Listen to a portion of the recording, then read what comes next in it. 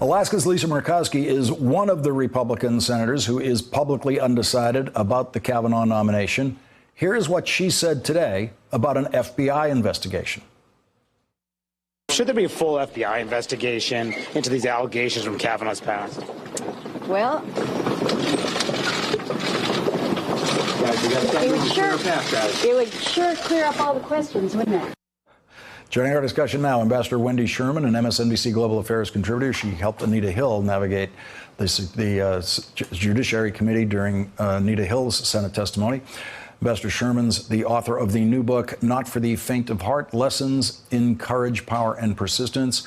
And former Senate Judiciary staffer Lisa Graves is back with us. Ambassador Sherman, to see Lisa Murkowski asked a very simple question. Should there be a full FBI investigation into these allegations, more than one? And she just couldn't find in her slick senatorial speech any way other than saying, of course there should be. Indeed. And then I just read a tweet right before I came in here where she has said she was just being flip. She didn't really mean it, which I think proves the point you made earlier on this broadcast, which is immense pressure is being put on these senators because Mitch McConnell does not have the votes. Lisa Murkowski, Susan Collins, and John McCain were the three deciding votes on the Affordable Care Act to keep the repeal from happening. I wonder who's going to be John McCain this time. Your sense of the fairness of this process so far? Totally unfair. It's completely ludicrous that you would have a hearing of this seriousness that matters this much to the future of our country and have someone come 2,000 miles to ask the questions for the Republicans who can't seem to do it themselves.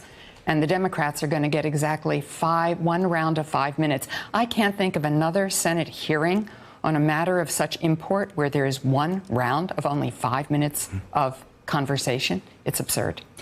Lisa Graves, there are reports tonight indicating that Jeff Flake and Lisa Murkowski were strongly influential in what we saw, the way this is unfolded, and at least getting the delay in the hearing, having Chuck Grassley and Mitch McConnell back off on those deadlines that they were constantly issuing and revising last Friday. And they had to back off, not just because Dr. Ford and her attorneys played from a very strong position against them. But it turns out there were Republican senators saying, don't do this. We are not ready to cast a vote without having that hearing and having it at least on Dr. Ford's schedule, if not on her terms. Yes, they did play a key role, and I hope that they will continue to play a key role because what's about to happen on Thursday, I think, is also unprecedented. This is a lifetime position on the court to restrict the members to 5-minute questions on the Democratic side and the Republican side, but really to restrict the Democrats from being able to really fully probe this is a tremendous offense against the advice and consent process that the Constitution gives to the United States Senate. It should be a thorough process. It should be a fair process. And this is anything but fair, especially when this isn't just a piece of legislation. Perhaps there have been times when a bill has been rushed and there wasn't very much time for a hearing. There's no outside limit on having a full and fair hearing, but they're not even having the witnesses, all the witnesses that should be there. But this idea that 5-minute questions are enough and then they're out and they're going to vote, I hope that offends Jeff Flake. I hope that offends Lisa Murkowski. I hope it offends Susan Collins and other members because it should. It's an offense to the proper role of the United States Senate in the confirmation process and the process of being able to reject someone who has been charged, in essence, with such serious crimes. It's not a simple matter. It's not a trivial matter.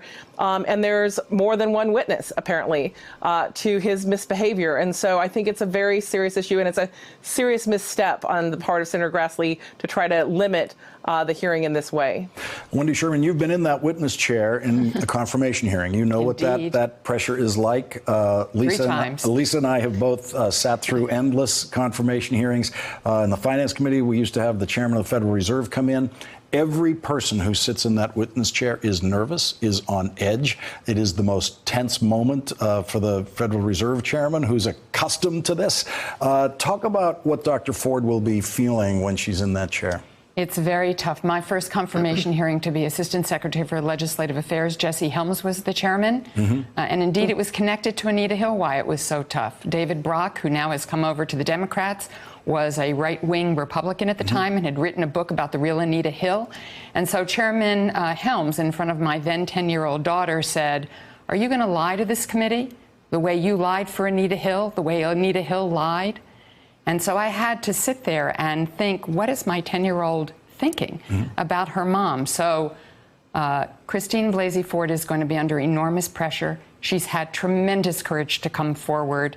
I certainly didn't have to deal with that in a confirmation hearing, but she is. And I hope that everyone will embrace her and give her all the support she deserves. I'm counting on the Democrats to do that. I hope there are some stalwart Republicans who will do so. Oh, we will find out. Wendy Sherman, Lisa Graves, thank you both for joining our discussion tonight. Really appreciate it.